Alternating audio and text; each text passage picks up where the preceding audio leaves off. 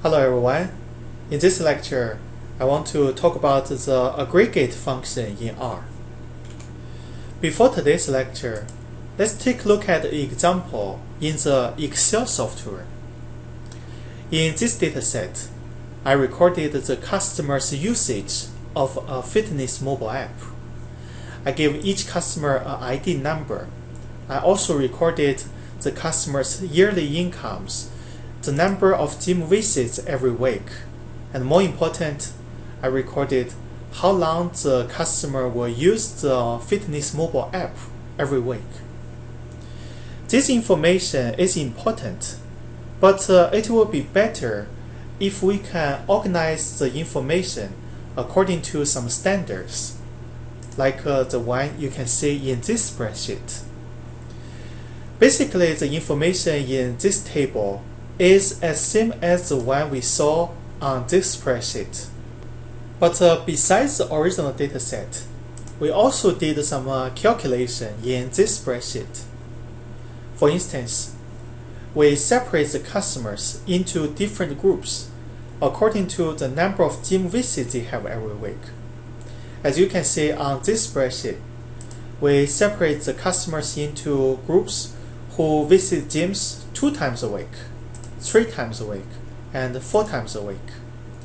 And then we calculate the total usage hours of this fitness mobile app for different groups. For instance, for the customers who visit gyms 2 times a week, in this group, the total usage hour of this mobile app is 23 hours. For customers who visit gyms 3 times a week, in this group, the total usage hour of the fitness mobile app is 19.8 hours. We can also interpret the result for the customers who visit gyms 4 times a week. The total usage hour for this group is 23.2 hours. We can also separate the customers according to their yearly incomes.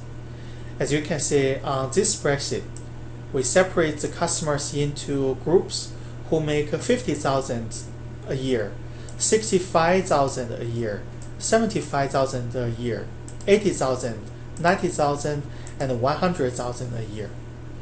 And then we calculate the total usage hours of this mobile app for different groups according to their yearly incomes. This spreadsheet is called a pivot table in Excel software.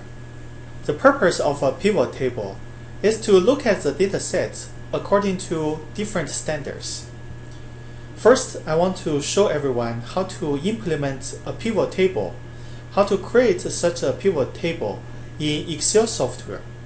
And then I want to show everyone how to implement a pivot table in the R software. Let's go back to the original data set. In Excel, if you want to create a pivot table, the first step is to select the entire data set. Remember, we need to select the entire data set, including the title row. We have to select them all. And then click the Insert tab on the top. And then on the left end, you can see the Pivot Table option. Click on Pivot Table. Make sure you want to create the pivot table in a new spreadsheet, and then click OK. This is something called a pivot table design interface. On the right, you have the columns, the standards for you to use to organize the data set. In this case, we want to see the total hours according to different groups. So we drag the hours to values. We want to calculate the total usage hours according to different groups. And then we can drag different standards to column labels and row labels. First, we want to organize the data set according to the customer's gym visits. So you drag gym visits to row labels. As you can see, the customers are grouped according to different numbers of gym visits now. And then we can organize the data sets according to their different incomes. So we drag incomes to column labels. Now you can see we get the pivot table as we just saw in this pivot table. Now I want to show everyone how to implement a pivot table by using the aggregate function in the R software.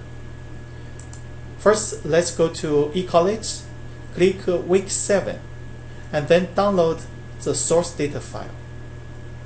Please open eCollege in Firefox, and then click the source data link. Make sure you write down this file name. It is fitness app multiple csv.csv.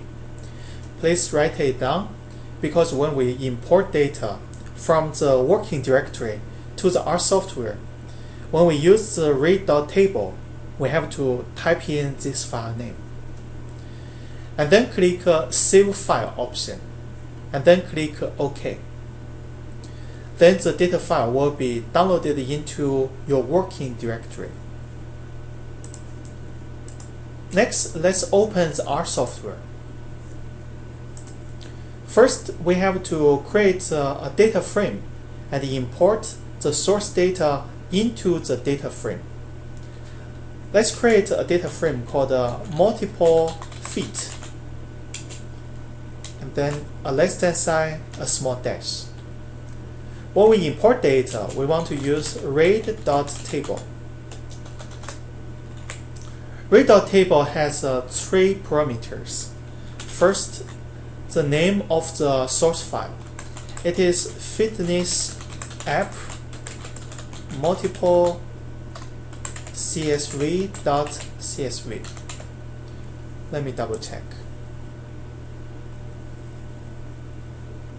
Yes, the name is fitness app multiple csv.csv. And then a comma after the double quote. The second parameter is how you separate data. We use SEP parameter. In this case, we use the comma to separate data. And then the third parameter will be the header parameter. The value for the header parameter should be T. Press enter.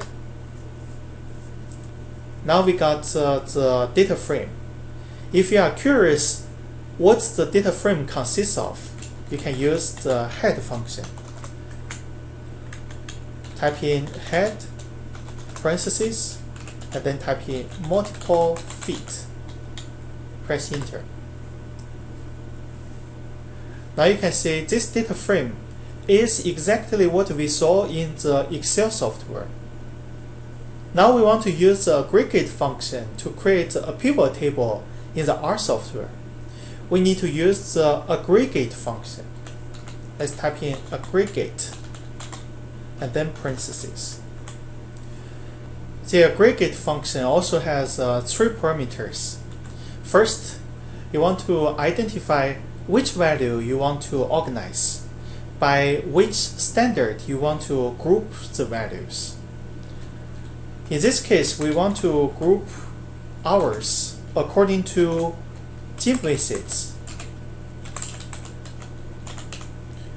What we want to do is to type in hours and then a tilde sign, and then type in gym visits. This means we want to calculate the total hours for different groups according to their gym visits, and then a comma. Next will be the source data frame. We created a data frame called multiple feet. So type in multiple feet, another comma. The third parameter is what kind of value you want to calculate in different groups. We want to calculate the total usage hours according to different gym visits. To calculate the total, we have to type in sum in the aggregate function. Let's press enter to take a look.